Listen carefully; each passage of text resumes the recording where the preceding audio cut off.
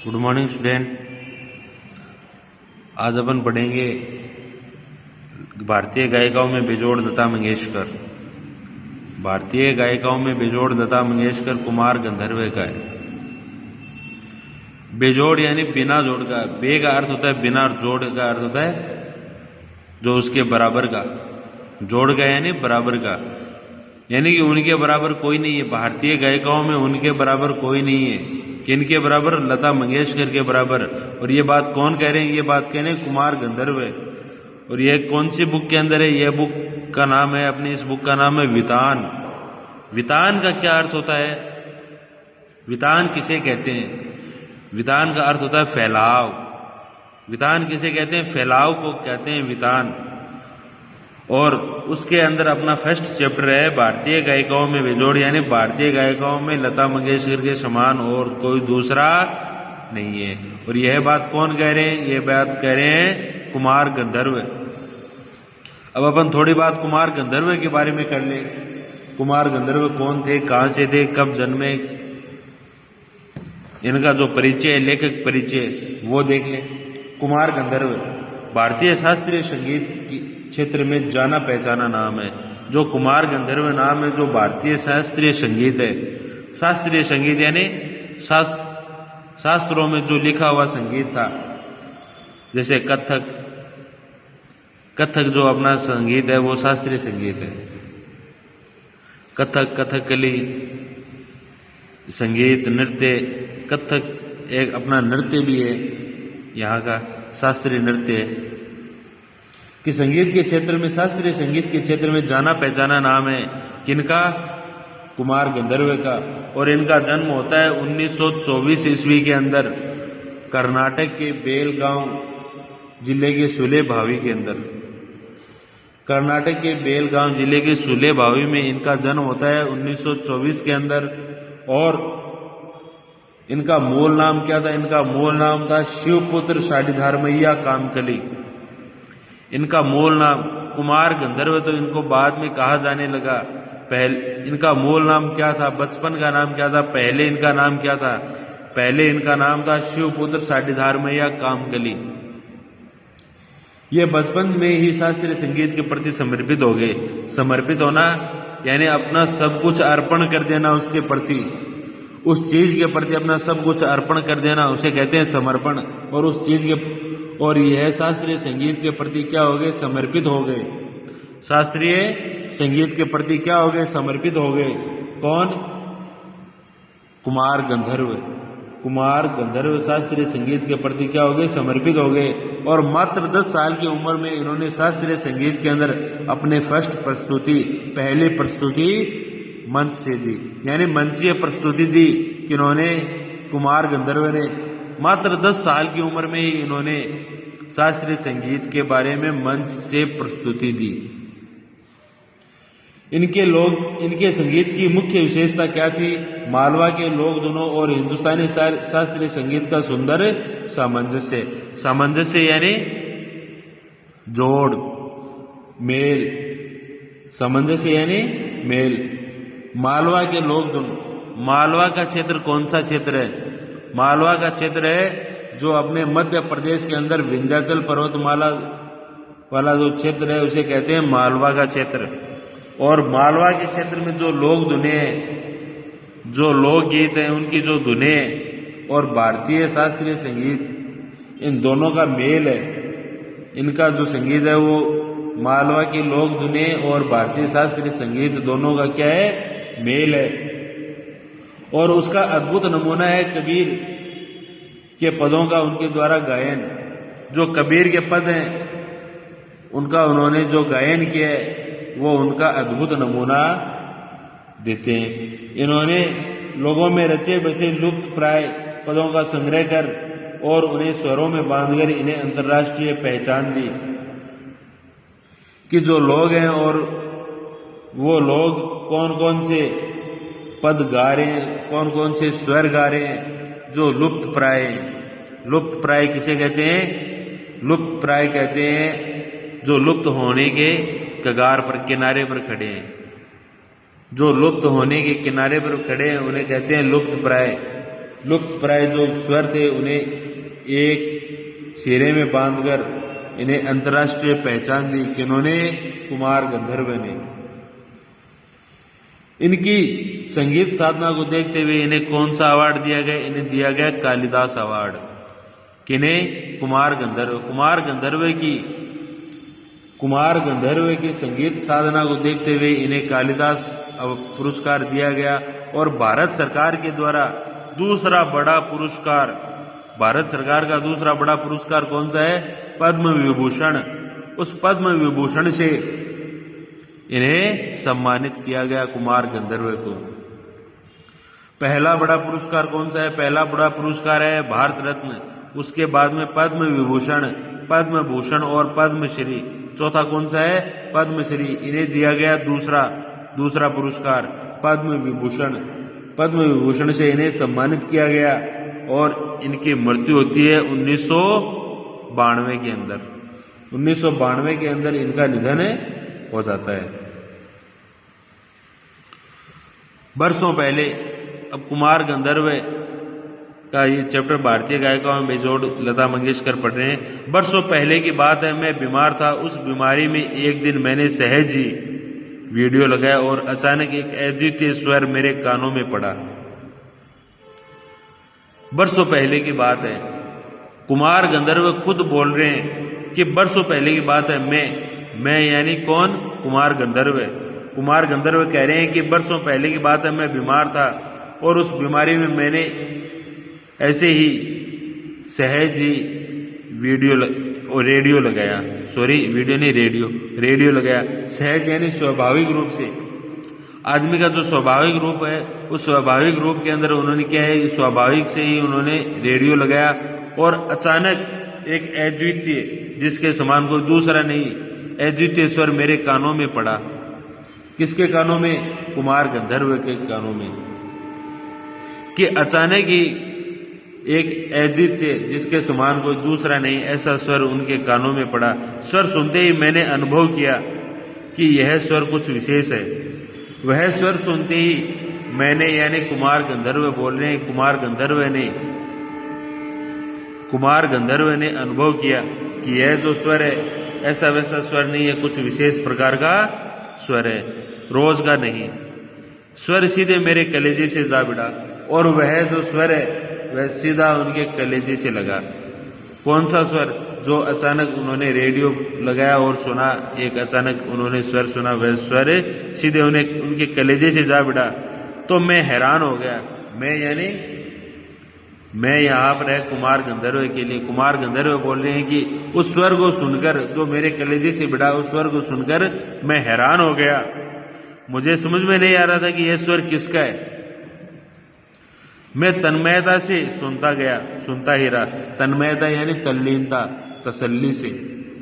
कुमार गंधर्व कह रहे हैं कि मुझे पता नहीं था कि यह स्वर किसका है, इसलिए मैं तसल्ली से, तल्लीनता से उस स्वर को सुनता ही रहा। गाना समाप्त होते ही गायिका का नाम घोषित हुआ। जिस प्रकार जैसे ही गाना क्या है खत्म होता है, वैसे ही गायिका का नाम घोषित किया जाता है और गायिका का नाम लिया गया लता मंगेशकर। गायिका का नाम घोषित किया गया लता मंगेशकर। नाम सुनते ही मैं चकित यानी आश्चर्य में पड़ गया। मन ही मन एक संगति यानी साथ। आश्चर्य, वो क्या आश्चर्यचकित हो गए और मन ही मन एक संगति पाने का अनुभव हुआ, एक साथ पाने का अनुभव हुआ। किनका? लता मंगेशकर का। कि सुप्रसिद्ध गायक दीनानाथ मंगेशकर की अजब गायकी एक दूसरा स्वरूप लिए उन्हीं की बेटी की कोमल आवाज में सुनने का अनुभव हुआ। जो लता मंगेशकर के पिताजी थे, उनका नाम था दीनानाथ मंगेशकर। लता मंगेशकर के पिताजी का क्या नाम है? दीनानाथ मंगेशकर। और उनकी अजब गायकी, अजब यानी अनोखी, गायकी यानी गाने की शैली, कि उनकी अनोखी गाने की शैली का एक दूसरा स्वरूप लिए उन्हीं की बेटी, कि उस अनोखी गायकी का एक दूसरा स्वरूप जो कौन ले रखा है, किसने ले रखा है? उनकी बेटी ने ले रखा है। बेटी की कोमल आवाज में सुनने का अनुभव हुआ। मुझे लगता है बरसात के भी पहले कि किसी चित्रपट का वह कोई गाना था। बरसात नाम की एक मूवी आई थी। अब यहाँ पर कुमार गंधर्व कह रहे हैं कि यह जो आवाज़ है, यह जो गाना है, यह बरसात मूवी के पहले किसी चित्रपट का अर्थ होता है सिनेमा जो अपन देखते हैं उसे कहते हैं चित्रपट का अर्थ होता है पर्दे पर। चित्र जो पर्दे पर देखते हैं, किसके चित्र? सिनेमा के चित्र अपन पर्दे पर देखते हैं। कि चित्रपट का वह कोई गाना था, बरसात के पहले की मूवी का वह कोई सिनेमा का गाना था। तब से लता निरंतर यानी लगातार, तब से लता निरंतर गाती चली आ रही है कि उस बरसात के पहले की मूवी के गाने से, बरसात के भी पहले जो कोई मूवी आई थी उसका वह गाना था जो लता मंगेशकर गा रही थी। वह क्या है? निरंतर, उस समय से वह निरंतर गाती चली आ रही है। निरंतर यानी लगातार। मैं भी उनका गाना सुनता आ रहा हूं और उसी समय से मैं उनके गाने क्या करते आ रहा हूं? सुनता आ रहा हूं। लता के पहले प्रसिद्ध गायिका नूरजहां का चित्रपट संगीत में अपना जमाना था। कुमार गंधर्व यहां पर क्या कह रहे हैं कि लता मंगेशकर हैं, उनके पहले इसी चित्रपट सिनेमा में किनका जमाना था? नूरजहां नाम की एक गायिका हुई है, उनका जमाना था। कि इसी चित्रपट सिनेमा में नूरजहां नाम की एक गायिका हुई है, उसी का जमाना था। परंतु उसी क्षेत्र में बाद में आई हुई लता उससे कहीं आगे निकल गई। अब कवि कुमार गंधर्व कह रहे हैं कि उस क्षेत्र में, कौन से क्षेत्र में? गायकी के क्षेत्र में, चित्रपट में गायकी के क्षेत्र में लता मंगेशकर उनके बाद आई और उनसे कहीं आगे निकल गई। किनसे? नूरजहां से कहीं आगे निकल गई है। कौन है? लता मंगेशकर। कला के क्षेत्र में ऐसे चमत्कार कभी कभी दिख पड़ते हैं। कवि क्या कह रहे हैं? कुमार गंधर्व कह रहे हैं कि कला के क्षेत्र में ऐसे चित्र हैं, ऐसे चमत्कार कभी कभी दिख पड़ते हैं। जैसे प्रसिद्ध सितारिये विलायत खां अपने सितारवादक पिता की तुलना में बहुत ही आगे चले गए। सितारिये किसे कहते हैं? सितारिये कहते हैं सितारवादक, सितार को बजाने वाले, सितार का वादन करने वाले। कवि कह रहे हैं कि प्रसिद्ध सितारिये यानी सितार को बजाने वाले प्रसिद्ध सितारवादक विलायत खां अपने सितारवादक पिता, जो उनके पिता थे वो भी क्या थे? सितार बजाने की कला में अच्छे निपुण थे, सितारवादक थे। तो विलायत खां अपने पिता की तुलना में उनसे कहीं अधिक आगे चले गए। बात कौन कह रहा है? बात कह रहा है कुमार गंधर्व। मेरा स्पष्ट मत है कि भारतीय गायकों में लता के जोड़ की गायिका हुई ही नहीं। मेरा स्पष्ट मत है, मेरा यानी कुमार गंधर्व कह रहे हैं। कुमार गंधर्व क्या कह रहे हैं? कुमार गंधर्व कह रहे हैं कि मेरा मानना है कि भारतीय गायिकाओं में लता के जोड़ की गायिका हुई नहीं। लता की जोड़ की यानी बराबर की, कि उनके बराबर की कोई और गायिका नहीं हुई है भारतीय सिनेमा के अंदर। लता के कारण चित्रपट संगीत में विलक्षण लोकप्रियता प्राप्त हुई है। विलक्षण यानी अनोखी। कुमार गंधर्व क्या कह रहे हैं? कुमार गंधर्व कह रहे हैं कि लता मंगेशकर के कारण ही सिनेमा संगीत को विलक्षण यानी अनोखी लोकप्रियता प्राप्त हुई है। कुमार गंधर्व कह रहे हैं कि चित्रपट यानी सिनेमा के क्षेत्र में संगीत को विलक्षण यानी अनोखी, विलक्षण का अर्थ होता है अनोखी लोकप्रियता प्राप्त हुई है। यही नहीं, लोगों का शास्त्रीय संगीत की ओर देखने का दृष्टिकोण भी एकदम बदला है। दृष्टिकोण कहते हैं नजरिए को। दृष्टिकोण किसे कहते हैं? नजरिए को। कुमार गंधर्व कह रहे हैं कि यही नहीं, लोगों का शास्त्रीय संगीत की ओर देखने का जो नजरिया है वह भी एकदम बदला है। छोटी बात कहूंगा। अब वो क्या कह रहे हैं कि छोटी बात कहूंगा, पहले भी घर घर छोटे बच्चे गाया करते थे, पर उस गाने में और आजकल घरों में सुनाई देने वाले बच्चों के गाने में बड़ा अंतर हो गया है। कवि क्या कह रहे हैं कुमार गंधर्व कि मैं एक छोटी सी बात कहूंगा, ज्यादा बड़ी बात नहीं कहूंगा, कि पहले घरों में छोटे बच्चे गाने गाया करते थे, और उस गाने में और आजकल घरों में जो गाने सुनाई देते हैं उनमें बहुत बड़ा फर्क हो गया है, अंतर हो गया है। आजकल के नन्हे मुन्ने भी स्वर में गुनगुनाते हैं। क्या लता इस जादू का कारण नहीं है? कोकिला का स्वर निरंतर कानों में पड़ने लगे, कोकिला का स्वर निरंतर कानों में पड़ने लगे तो कोई भी सुनने वाला उनका अनुकरण करने का प्रयत्न करेगा। अनुकरण किसे कहते हैं? अनुकरण का अर्थ होता है नकल करना। कोकिला यानी कोयल, कि कोयल का स्वर निरंतर कानों में पड़ने लगे तो कोई भी सुनने वाला उसका अनुकरण करने का प्रयत्न करेगा। क्यों करेगा? क्योंकि कोयल की आवाज बहुत ज्यादा मीठी होती है। इसलिए कवि कह रहे हैं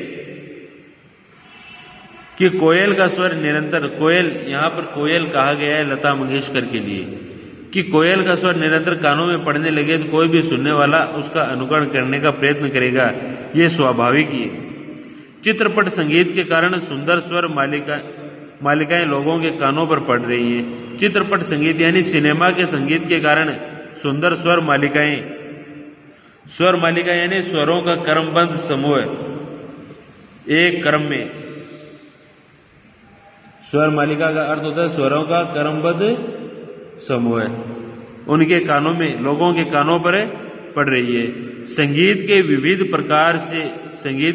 प्रकार से उनका परिचय हो रहा है, कि अनेक प्रकार के संगीत से उनका क्या हो रहा है? परिचय हो रहा है। किनका? लोगों का परिचय हो रहा है अनेक प्रकार के संगीत से। उनका स्वर ज्ञान बढ़ रहा है, सुरीलापन क्या है इसकी समझ भी उन्हें होती जा रही है। अब कवि क्या कह रहे हैं? कवि कह रहे हैं कि जो लता मंगेशकर है वो गा रही है, तो संगीत के विविध प्रकारों से, जो संगीत के विभिन्न प्रकार हैं, उन प्रकारों से लोग क्या है? लोग समझ रहे हैं उसे, लोगों के समझ में आ रहा है।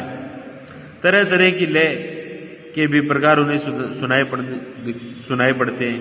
कवि कह रहा है कि अनेक प्रकार के तरह के लय भी उन्हें सुनाई पड़ने लगे, और आकार युक्त लय के साथ उनकी जान पहचान होती जा रही है। साधारण प्रकार के लोगों को भी उनकी सूक्ष्मता यानी सूक्ष्म होता है छोटा, छोटी से छोटी चीज को भी समझ में आने लगी है, कि जो साधारण लोग हैं उन्हें भी छोटी से छोटी चीज के बारे में समझ आने लगी है। संगीत की छोटी से छोटी चीज के बारे में भी उन्हें समझ आने लगी है। इन सब का श्रेय लता को ही है। कवि कह रहे हैं कि इन सभी चीजों का श्रेय किसे दिया जा रहा है? इन सभी चीजों का श्रेय लता मंगेशकर को दिया जा रहा है। कौन कह रहे हैं? ये बात कह रहे हैं कुमार गंधर्व। इस प्रकार उसने नई पीढ़ी के संगीत को संस्कारित किया है और सामान्य पुरुष में संगीत विषयक अभिरुचि पैदा करने में बड़ा हाथ बंटाया है। संगीत की लोकप्रियता, उसका प्रसार और अभिरुचि के विकास का श्रेय लता को ही देना पड़ेगा। अब कवि क्या कह रहे हैं? कवि कुमार गंधर्व कह रहे हैं। कुमार गंधर्व क्या कह रहे हैं? कुमार गंधर्व कह रहे हैं कि साधारण प्रकार के जो साधारण लोग हैं उनमें भी उसकी सूक्ष्मता की समझ आने लगी है, संगीत की सूक्ष्मता की समझ उनमें आने लगी है। और इन सभी चीजों का श्रेय किन्हें दिया जा रहा है? लता मंगेशकर को। और जो नई पीढ़ी आ रही है, नई पीढ़ी के संगीत को भी संस्कारित किसने किया है? संस्कारित यानी सुधारा है। नई पीढ़ी का जो संगीत है उसे लता मंगेशकर ने ही सुधारा है। और सामान्य मनुष्य में भी संगीत विषयक अभिरुचि, विषय यानी उसके संबंधित, कि संगीत से संबंधित अभिरुचि यानी रुचि पैदा करने में बड़ा हाथ बंटाया है।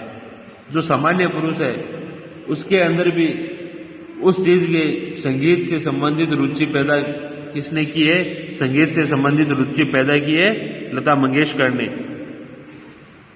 संगीत की लोकप्रियता, उसका प्रसार और रुचि के विकास का श्रेय किसे दिया जाना चाहिए? यह दिया जाना चाहिए लता मंगेशकर को। कि जो संगीत की लोकप्रियता है किसने बढ़ाई? लता मंगेशकर ने बढ़ाई। उसका प्रसार और उसकी रुचि पैदा किसने की? आम लोगों में लता मंगेशकर ने की। और इसीलिए इनके विकास का श्रेय भी किसे दिया जाना चाहिए? लता मंगेशकर को देना चाहिए। यह बात कौन कह रहे हैं? कुमार गंधर्व कह रहे हैं। कुमार गंधर्व यहाँ पर लता मंगेशकर के बारे में बता रहे हैं कि किस प्रकार लता जी ने संगीत को सुधारा है, किस प्रकार लता जी ने संगीत को सुधारा है और लोगों के मन में उसके प्रति, संगीत के प्रति रुचि पैदा की है, संगीत के प्रति रुचि पैदा की है और उनकी लोकप्रियता और उसका प्रसार और रुचि का विकास का श्रेय किसे दिया जाना चाहिए? कुमार गंधर्व किसके बारे में कह रहे हैं? लता मंगेशकर के बारे में कह रहे हैं कि जिस प्रकार उन्होंने लोगों के मन में संगीत के प्रति रुचि पैदा की है, उसका प्रसार बढ़ाया है, तो इसका विकास का श्रेय भी किसे दिया जाना चाहिए? इसके विकास का श्रेय भी उन्हें ही दिया जाना चाहिए। किन्हें? लता मंगेशकर को। Okay, thank you. आगे की क्लास में इसका जो आगे का पढ़ेंगे, आपको कुमार गंधर्व को एक बार जरूर पढ़ना है और लता मंगेशकर जो अपन पढ़ रहे हैं कि उनके बराबर कोई नहीं है, तो आप इसको जरूर पढ़ते रहिए और जितना मैंने पढ़ा है उसे आपको पढ़ना है। Thank you.